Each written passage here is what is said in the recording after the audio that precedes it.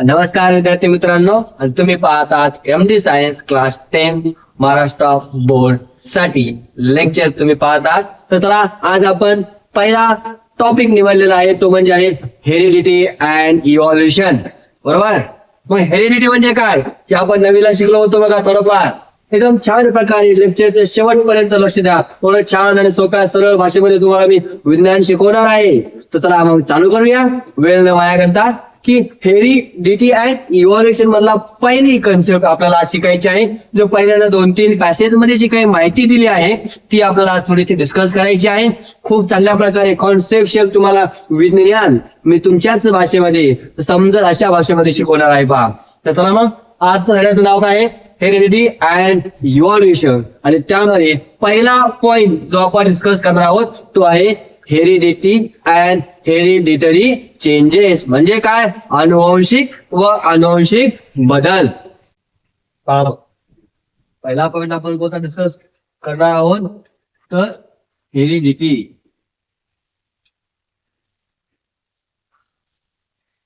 Heredity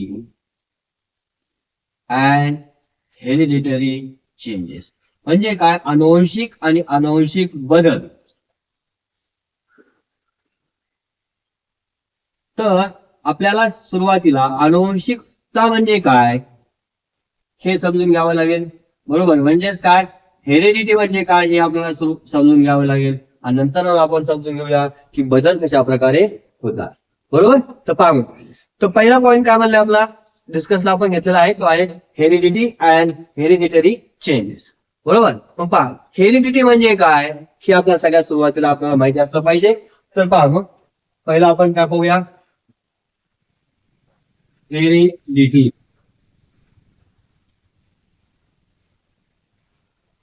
heredity. What is mean by heredity?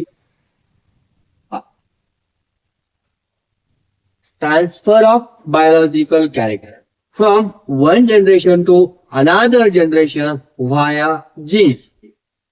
Sir English आहे, मराठी सांग. Okay, लक्षात काय म्हणलं? Transfer of biological character from one generation to another generation. Biological character म्हणजे काय? जैविक लक्षणे. मग एखाद्या पिढीमधून पुढच्या पिढीमध्ये, मागच्या पिढीमधून पुढच्या पिढीमध्ये जे जैविक लक्षणे, गुणधर्म, वैशिष्ट्य पुढच्या पिढीमध्ये जातात त्याला आपण काय म्हणतो? हेरिडिटी म्हणतो. काय म्हणतो? हेरिडिटी. आणि कुणाच्या मार्फत जातील तर जीनच्या मार्फत जातील, म्हणून आपण काय म्हणलं? व्हाया जीन्स म्हणलं. पाहूया या ठिकाणी आपण डेफिनेशन लिहूया. काय म्हणतो आपण? ट्रान्सफर. काय म्हणतो आपण? Transfer of biological character. Transfer of biological character from one generation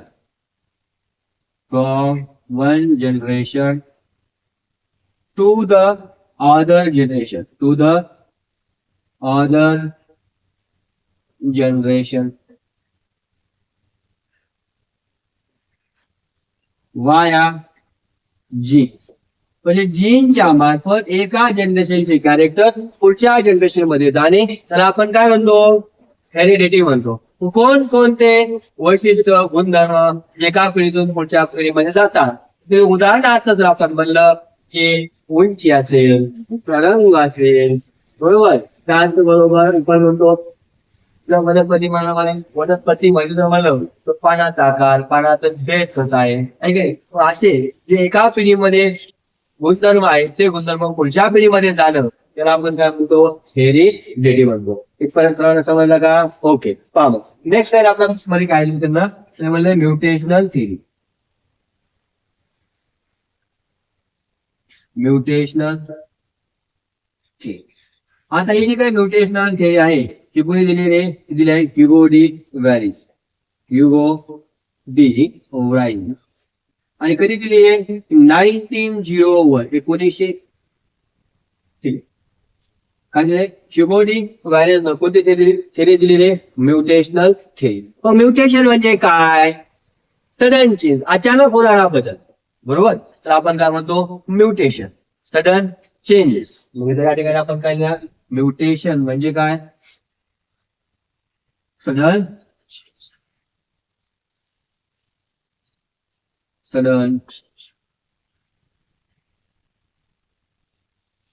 अचानक बदल झाला, बरोबर. कसा अचानक कसा बदल होतो?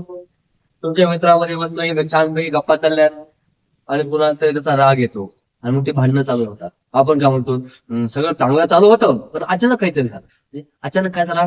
बदल झाला. म्हणजे अशा प्रकारे जो काही अचानक होणारा बदल आहे तर आपण काय म्हणतो? म्युटेशन, बरोबर. तुम्हाला नेक्स्ट कन्सेप्ट आपल्याला नेक्स्ट पॉईंट कोणता आहे? तर एक दोन शास्त्रज्ञ होते, त्यांचं नाव आहे वॉल्टर अँड सुटॉन. काय म्हणतो आपण? Walter and Sutton. यांना काय केलं रे, तर ग्रास हॉपरचं जे ग्रास हॉपर आहे त्याच्या सेलमध्ये पेअर्ड क्रोमोझोम काय केले? डिस्कव्हर केले. काय केले? पेअर्ड क्रोमोझोम डिस्कव्हर केले. आपण काय म्हणणार? Walter and Sutton. Walter and Sutton. SUTTON. Sutton observe paired chromosome. Observe paired chromosome.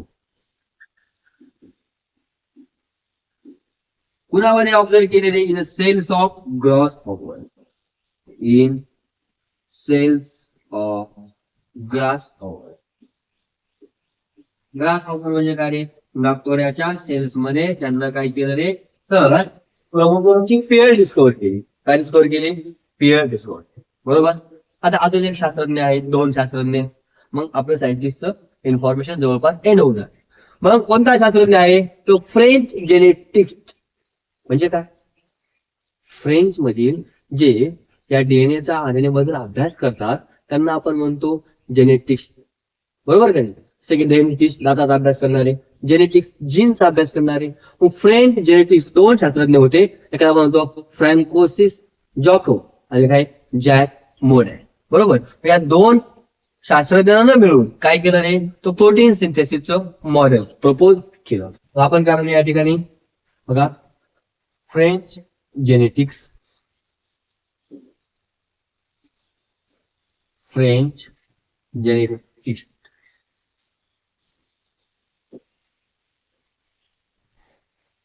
कोणते फ्रेंच जेनेटिक्स आहेत रे?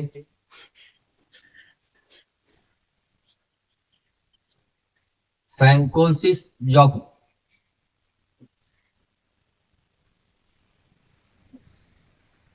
जॉको and Jack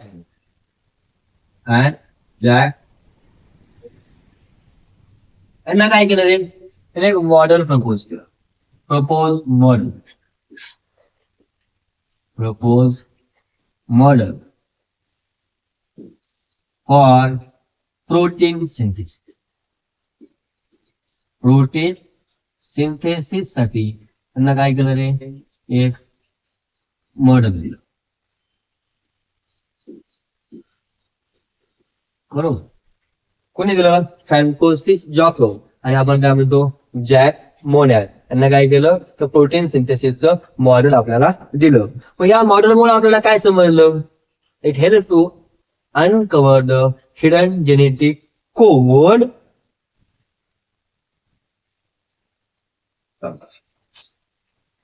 या मॉडेलमुळे आपल्याला काय समजलं? It help to uncover the hidden genetic code. मग काय म्हणणार?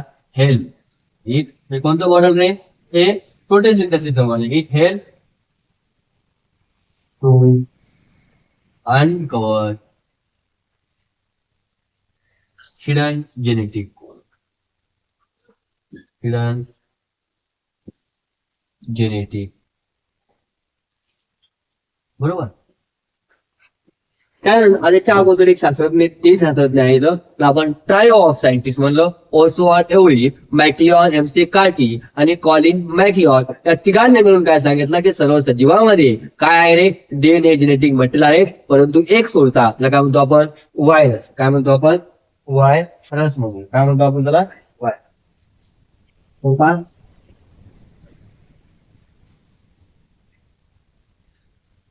ट्रायो ऑफ सायंटिस्ट म्हणजे तीन शास्त्रज्ञ मिळून. कोण कोणते रे? ओस्वाल्ड एव्हरी, कॉलिन मॅकलिओर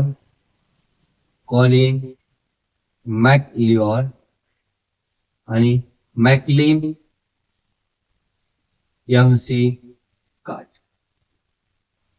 या तिघांनी मिळून काय सांगितलं रे? All living organism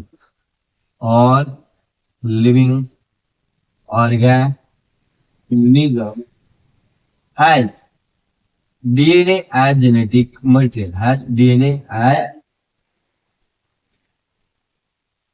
genetic material, escape virus सोडता बाकी सर्व सजीवामध्ये काय आहे? डीएनए जेनेटिक मटेरियल आहे. बरोबर.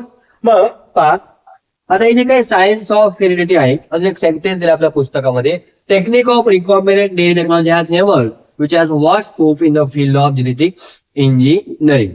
काय म्हणलंय की रिकॉम्बिनंट डीएनए टेक्नॉलॉजीची जी काही टेक्निक आहे ती डेव्हलप झाल्यामुळे आता जेनेटिक इंजिनिअरिंग मध्ये काय झालं आहे की खूप जास्त स्कोप आलेला आहे. मग हे जे काय आपण अभ्यास करतो, डीएनए, आरएनए, जीन्स, क्रोमोझोम, म्हणजे काय सायन्स ऑफ हेरिडिटी, त्याचा काही ना काही फायदा असला पाहिजे का नाही? बरोबर का नाही? उपयोग तर असलाच पाहिजे. पण the science of heredity is useful for number 1 diagnosis of genetic disorder. अनुवंशिकतामध्ये जे काही आजार आहेत ते आजार आपल्याला समजण्यास मदत झाली. त्यानंतर production of hybrid varieties of plants and animals, चांगल्या जातीच्या पिकांची निर्मिती आणि उच्च उत्पादन देणारे प्राणी यामुळे काय झाले? तयार झाले. त्यानंतर आपण काय म्हणतो? इंडस्ट्रियलायझेशन यूज, म्हणजे इंडस्ट्रीसाठी याचा वापर जास्त प्रमाणामध्ये आपण त्या टेक्निकचा करायला लागलो. कशासाठी? अँटीबायोटिक तयार करण्यासाठी, म्हणजेच मेडिसिन तयार करण्यासाठी. आणि एक प्रोसेस आहे कोणती? फर्मेंटेशन. आपण एक वाक्य त्या ठिकाणी घेऊया, science of heredity. Science of heredity is useful.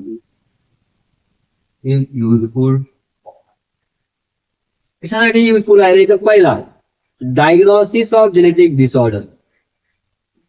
Diagnosis of genetic disorder, genetic डिसऑर्डरला डायग्नोसिस करण्यासाठी.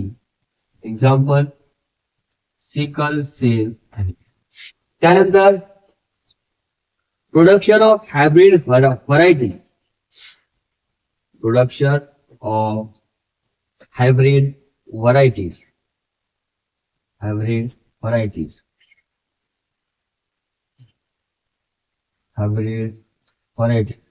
ऑफ प्लांट्स अँड ॲनिमल, म्हणजे काय? उच्च पिकांची निर्मिती आणि उच्च उत्पादन देणारे प्राणी आपण त्याच्यावर तयार करू शकलो. आणि थर्ड काय म्हणतो? इंडस्ट्री यूज आहे. इंडस्ट्री यूज त्याच्यामध्ये कोणाचा वापर करतो रे? आपण मायक्रोबचा वापर केला. कशासाठी रे? अँटीबायोटिक. एक्झाम्पलच्या रूपामध्ये आपण म्हणू शकतो अँटीबायोटिक्स. आणि काय म्हणतो आपण? फर्मेंटेशन.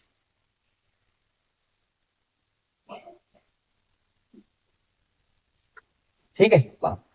ही आजच्या लेक्चरमध्ये आपण डिस्कस केलं. पाहूया आज आपण काय काय पाहिलं. आज आपण पाहिलं हेरिडिटी म्हणजे काय ते डेफिनेशन पाहिली.